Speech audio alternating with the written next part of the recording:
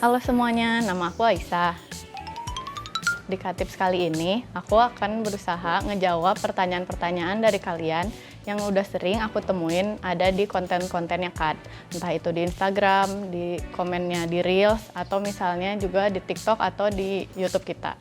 Nah, biasanya tiap kita lagi ngepost konten sesuatu tuh, kalian pasti ada aja di komen yang nanya, Kak ini aplikasinya apa ya? Kak bikinnya pakai apa? Kak ini software yang dipakai apa? Nah, kebanyakan tuh komen-komennya tuh nanyain tentang hal itu. Tapi coba aku mau tanya balik dulu sama kalian. Misalnya nih, kalau kita lagi nonton video acara masak gitu ya, anggaplah nonton MasterChef gitu.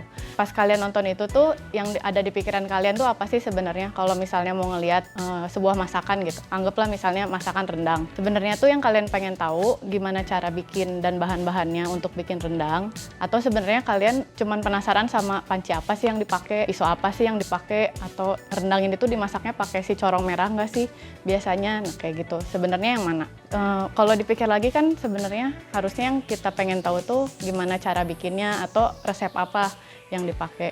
Itu juga sama untuk kita-kita gitu ya, para arsitek dalam ngedesain. Atau nggak cuma arsitek lah sebenarnya, untuk desainer-desainer lain juga. Sebenarnya yang kita pengen tahu lebih dalam tuh konsepnya itu sendiri atau sebenarnya cuman alat apa yang dipakai sama kita. Di Katips kita kali ini, aku bakal berusaha ngejelasin untuk pertanyaan-pertanyaan kalian itu, tapi dengan cara dari kita. Jadi sebenarnya si series Katips ini tuh bakal ada beberapa judul besar. Yang pertama bakal kita bahas tuh tentang flexibility. Nah, flexibility-nya tuh maksudnya gimana sih? Jadi anggaplah kita misalnya ngedesain gitu ya, setiap orang kan punya cara yang beda-beda sebenarnya. Ada yang seneng konsep dari awal tuh sukanya main sketsa dulu, pakai gambar tangan atau misalnya sketsa di gadget gitu ya, di iPad atau misalnya di HP kayak gitu. Atau malah bisa jadi kita seneng nge-sketsa langsung di aplikasi yang kita pakai buat 3D modelingnya gitu. Nah, di CAD juga setiap orang tuh punya cara yang beda-beda untuk ngekonsep dan ngedesain gitu. Sebenarnya nggak cuma ngekonsep pas membuatnya gitu ya, buat cari ide juga sebenarnya kita punya cara masing-masing.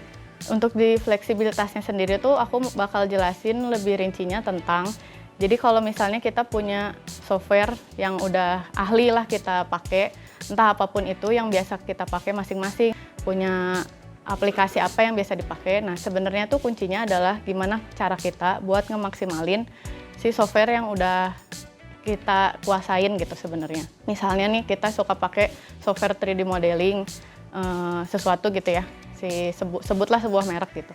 Nah, terus sebenarnya yang suka bikin kita ngelihat orang lain tuh kadang kayak nggak suka software itu mah kaku, nggak suka software yang ini nggak enak dipakainya dan lain sebagainya. Nah, sebenarnya tuh yang tentang kaku dan nggak enak dipakainya tuh kan cuman masalah skill kita masing-masing aja gitu. Sekalipun misalnya aku atau ya kita semua pakai software yang canggih sekalipun misalnya yang dipakai arsitek-arsitek terkenal, tapi kalau kita nggak jago pakainya juga kan sama aja sebenarnya. Toh kita juga nggak akan bisa bikin konsep apa yang udah ada di pikiran kita untuk dijadiin 3D modeling sampai akhirnya jadi sebuah gambar untuk bisa dipakai sama kontraktor dan akhirnya dibangun jadi bangunan yang bermanfaat gitu ya untuk ownernya. Di fleksibilitas sendiri kita bakal ngejelasin tentang cara ngemaksimalin penggunaan software yang udah kita kuasain, tapi bisa ngewujudin semua konsep bangunan dari CAD yang sebenarnya kadang kita punya bentuk-bentuk yang agak nyeleneh gitulah sebenarnya. Nah, gimana caranya? Nanti kalian bisa tonton aja di YouTube Short-nya kita. Jadi kurang lebih kayak gitu. Mungkin untuk teasernya sedikit, nanti kita akan bahas bangunan-bangunan dari CAD yang udah pada kebangun.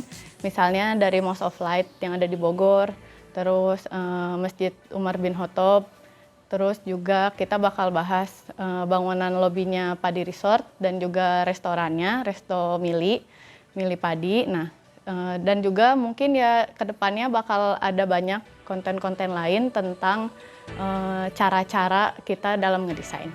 Kayak gitu, jangan lupa ditonton semuanya ya. Terima kasih.